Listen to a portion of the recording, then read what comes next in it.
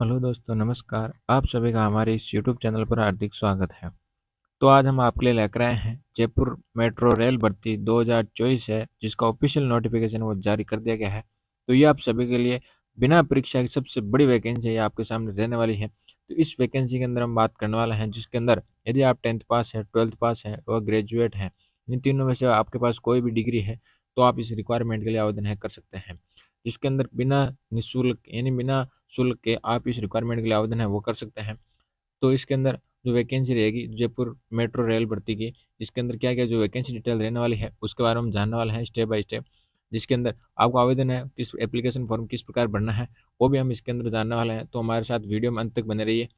तो सबसे पहले वैकेंसी डिटेल के बारे में बात करेंगे, उसके बाद हम फॉर्म किस प्रकार भरना है, उसका प्रिंट आउट निकाल के वो भी हम आपको इसके अंदर बताने वाले हैं। तो सबसे पहले बात करेंगे जयपुर मेट्रो जो रिक्वायरमेंट है वो कितने पदों पर आपके होने वाली है। तो इसके अंदर हम बात करें तो जो मेट्रो की रिक्वायरमेंट आपको होने वाली है, इसके अंदर अलग अलग पद हैं वो इसके अंदर आपके रखे गए हैं। जिसके अंदर हम बात करते हैं सबसे पहले इसके अंदर जो मेट्रो रिक्वायरमेंट के अंदर जो पद है वो जनरल मैनेजर के लिए, जनरल मैनेजर जो एसटी है उसके लिए निकाला गया है। प्राइवेट सेक्टर के अंदर 3 पद रखे रहने गए हैं। डिप्टी जनरल मैनेजर होता है उसके लिए 1 पद है।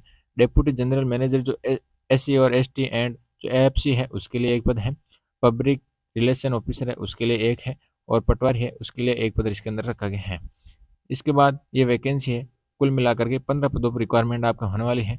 जिसके अंदर आवेदन की प्रक्रिया की बात करें तो वो आवेदन है आपके 12 जनवरी से लेकर के 15 फरवरी तक इस रिक्वायरमेंट के जो आवेदन की प्रक्रिया है वो इसके अंदर रखी गई है। जिसके अंदर आप 12 फरवरी से 15 फरवरी तक आवेदन है वो कर सकते हैं। इसके अंदर अभी तक एग्जाम डेट का कोई जिक्र नहीं किया गया है, यानी एग्जाम है वो अभी तक डिक्लेयर है वो इसके अंदर नहीं की गई है। इसके बाद बात करते हैं आवेदन शुल्क।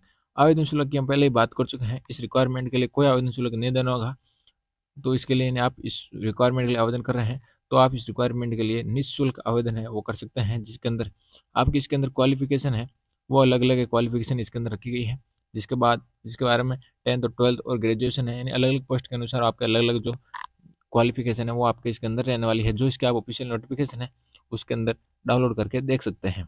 ऑफिशियल वेबसाइट का जो लिंक है, उसका जो लिंक है वो नोटिफिकेशन का लिंक है, वो दोनों ही आपको नीचे डिस्क्रिप्शन के अंदर उपलब्ध मिल जाएंगे। वहीं से आपको एप्लीकेशन फॉर्म है उसका लिंक भी आपको वहाँ प्रोवाइड करवा दिया गया है।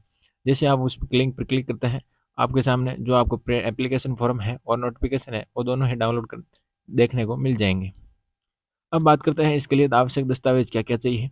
दस्तावेज के अंदर इसके अंदर बात करें तो सबसे पहले आपकी 10th की मार्कशीट, 12th की रिक्वायरमेंट के लिए आवेदन करें तो 12th की रिक्वायरमेंट की मार्कशीट, ग्रेजुएशन की मार्कशीट, अभ्यर्थी की फोटो सिग्नेचर, जाति प्रमाण पत्र, मोबाइल नंबर, ईमेल आईडी, आधार कार्ड और अन्य आपके पास जो एक्सपीरियंस के सर्टिफिकेट हैं वो आपके इसके अंदर आपको लगाने हैं, यानी इसके अंदर आपको प्रतिलिपि है वो आपको इसके अंदर लगानी होगी। अब बात करते हैं इसके अंदर आवेदन किस प्रकार करना है। आवेदन की इसके अंदर हम बात करें जो जयपुर मेट्रो रिक्वायरमेंट 2024 के लिए आप आवेदन कर रहे हैं, तो इसके अंदर आवेदन की बात करें तो इसके अंदर आवेदन है वो आपके ऑफलाइन मोड के थ्रू रखे गए हैं, यानी आपको ऑफलाइन मोड के थ्रू आवेदन है वो इसके अंदर करने होंगे। यानी इस रिक्वायरमेंट की प्रक्रिया है वो आपका ऑनलाइन नहीं रह करके ऑफलाइन रखी गई है। जिसके अंदर इसका एप्लीकेशन फॉर्म है वो किस प्रकार भरना है उसके बारे में बात करते हैं। तो एप्लीकेशन फॉर्म की इसके अंदर बात करें तो ये आपके सामने एप्लीकेशन पर फॉर्म है वो आपके इसके अंदर खुल के सामने आ गया है। तो इसके अंदर किस प्रकार जो क्या क्या रहेगी उसके अंदर बढ़ते हैं। तो सबसे पहला आता है इसके अंदर जो पॉइंट नंबर 1 है, वो आपको एक एक चीज़ है वो देख लेनी है। पहला है पोस्टल अप्लाइड फॉर, यानी आप किस पोस्ट के लिए अप्लाई कर रहे हैं। जिस प्रकार हमने देखी थी ऊपर जो अलग अलग पोस्टें उसके अंदर दी गई है, उन पोस्टों को आपको यहाँ पर फुलफिल करना है। फिर आपकी पर्सनल डिटेल आती है 2 नंबर के अंदर, यहाँ पर आपको अपनी फ़ोटो है वो डालनी है। पर्सनल डिटेल आप भरी लोगे, जिस प्रकार आपका नाम है, फादर्स नेम है, डेट ऑफ बर्थ है, आपके जो डेसिग्नेशन है, प्रजेंट पोस्ट उसका एड्रेस डालना है, प्रजेंट पोस्टिंग है वो आपको यहाँ पर करनी है, यानी आप गवर्नमेंट सर्वेंट है तो उसकी डिटेल है आपको यहाँ पर भरनी होगी। फिर परमानेंट एड्रेस है, पोस्टल एड्रेस डालना है, मोबाइल नंबर डालना है, आपके ईमेल आईडी है वो आपको आपको फुलफिल करनी है। अब बात करते हैं इसके अंदर जो दूसरा पेज है, उस दूसरे पेज के अंदर बात करें तो आता है 3 number point, detail of current posting, यानी आप इसके अंदर गवर्नमेंट जॉब है तो इस रिक्वायरमेंट के लिए अप्लाई कर सकते हैं। जिसके अंदर सबसे पहले इसके अंदर जो गवर्नमेंट जॉब है तो आप किस पोस्ट के लिए अप्लाई है उसकी इसके अंदर आपको डिटेल है वो भरनी है। जिसके अंदर नेम ऑफ डिपार्टमेंट, इन किस डिपार्टमेंट के अंदर आप काम करते हैं, आपकी ज्वाइनिंग कब हुई थी, आपकी जो सर्विस है वो एट प्रेजेंट कितने साल हो गए हैं, उसके एक्सपीरियंस वगैरह, date of separation from part department organisation, यानी जो इसके अंदर जो आपकी सर्विस में एट प्रेजेंट है उसकी डिटेल आपको भरनी होगी। अब आगे आता है detail for service. In department जो सर्विस कर रहे हैं उसकी रिक्वायरमेंट की जो अलग अलग जो आपकी जो 7th है, डेट ऑफ एंट्री है, यानी कब आपने एंट्री की, कब एग्जिट हुए, किस किस वैकेंसी के अंदर आप जा चुके हैं, जॉब है आपकी, उसकी डिटेल है वो इसके अंदर आपको भरनी है। अब बात आती है वह है इसके अंदर चौथा पॉइंट है वो है एकेडमिक प्रोफेशनल क्वालिफिकेशन, यानी आपके पास क्वालिफिकेशन क्या है वो आपको यहाँ पर डालनी है। जिसका 10th की है, 12th की है, ग्रेजुएशन की है, अन्य आपके पास जो डिटेल है वो यहाँ पर डालनी है। कहाँ से आपने की है, पासिंग ईयर डालना है, और कौन से सब्जेक्ट ब्रांच है वो आपको यहाँ पर डालनी है। अब आता है इसके अंदर एक्सपीरियंस डिटेल।